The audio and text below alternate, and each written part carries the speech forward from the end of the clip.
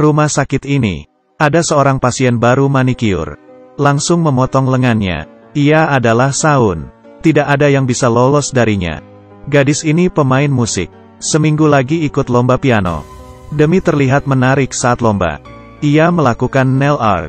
Tapi hari kedua, jarinya meradang dan bengkak. Kata dokter Naiki, kukunya terinfeksi. 3 hari kemudian bisa pulih. Saat Saun sedang mengobati, ia berteriak kesakitan. Sudah dikasih anestesi. Tapi kenapa masih sakit? Ternyata gadis ini dari umur 5 tahun mulai belajar piano. Selalu merasakan nyeri sendi. Bukan karena jarinya sakit, tapi jarinya mengalami luka parah di tulang. Di sini Saun berkata dengan percaya diri. Kemungkinan jamur karnivora, dan jarinya bisa diamputasi. Dijelaskan sedikit tentang jamur karnivora. Bukan satu kelompok. Ini disebabkan dari berbagai jenis bakteri. Perkembangannya cepat dan sangat serius. Tingkat kematian sangat tinggi. Itu sebabnya disebut karnivora yang menakutkan. Gadis ini panik. Saya baru manikyur dan kamu mau memotong jari saya. Jadi bagaimana untuk menyembuhkan saya? Ia berkata tidak akan ada masalah selama masih awal. Nick langsung menarik Saun pergi. Saun merasa harus coba tes. Gadis itu pasti terkena jamur. Dan harus dipotong jarinya. Kamu tahu ada seorang gadis mulai belajar piano dari umur 5 tahun. Apa rasanya kalau jarinya dipotong? Sampai di kamar rumah sakit, Saun beritahu ke pasien. Suhu tubuh Anda meningkat 1,5 derajat. Ia terlihat kaget dan meneteskan air mata. Ini bukan kuku meradang. Satu-satunya adalah memotong jari Anda. Pasien melihatnya. Naiki tanya, apa hari ini kamu keluar tanpa minum obat? Kenapa menakuti pasien seperti ini? Lama-lama saya juga lelah dengan kamu. Saun mengabaikan keluhan Naiki. Melihat monitor pasien. Suhu pasien meningkat sampai 39 derajat. Sekali lagi membuktikan bahwa spekulasi Saun benar. Gadis itu benar terkena jamur karnivora. Untuk menolong jarinya, lemak subkutan dan fusia gadis itu telah rusak. Waktu perawatan terbaik sudah lewat. Harus dioperasi bedah. Mimpi gadis ini sudah berakhir. Bedah pembengkakan dan yang meradang dihilangkan dulu. Saun mencium bau busuk di area yang meradang. Operasi bedah ini tidak mudah. Benar aja, gadis ini koma. Tekanan darah rendah, jantung melambat. Ini sudah menyebar ke area tulang.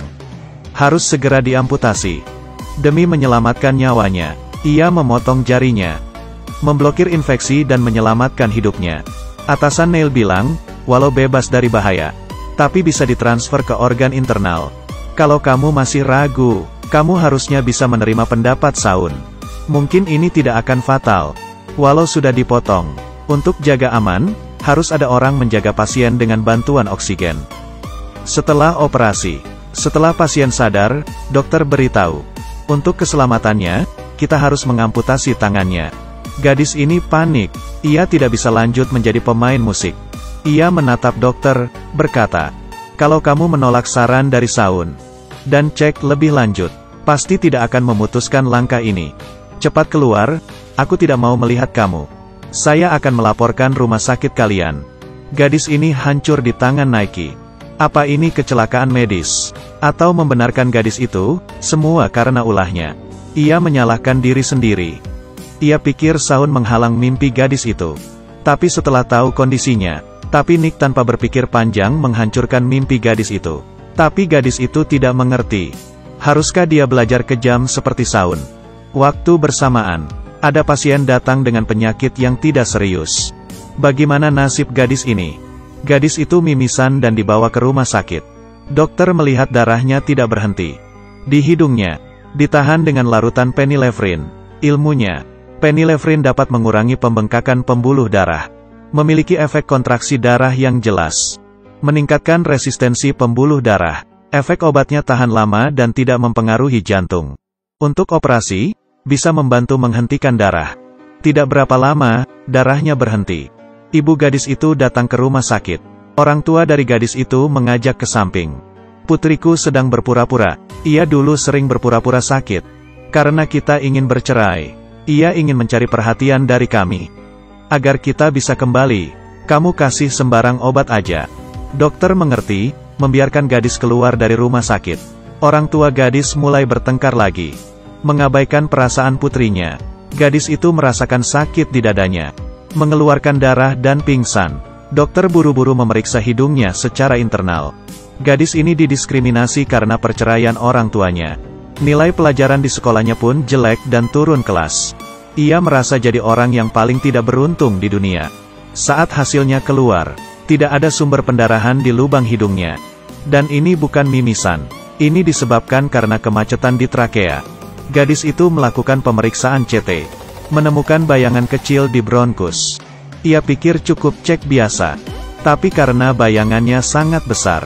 Jika Anda salah mendiagnosis, apa bisa bertanggung jawab? Setelah berdiskusi dengan keluarga, ia akan dioperasi. Benar, bermasalah di bronkus. Menemukan suatu barang di dalam. Ternyata itu adalah Lego. Jadi ini penyebab ia muntah berdarah. Ketika sel darah putih menyerang benda asing, menyebabkan demam dan peradangan. Sekarang dokter sudah mengeluarkannya. Gadis itu diselamatkan. Orang tuanya tetap tidak bersama lagi.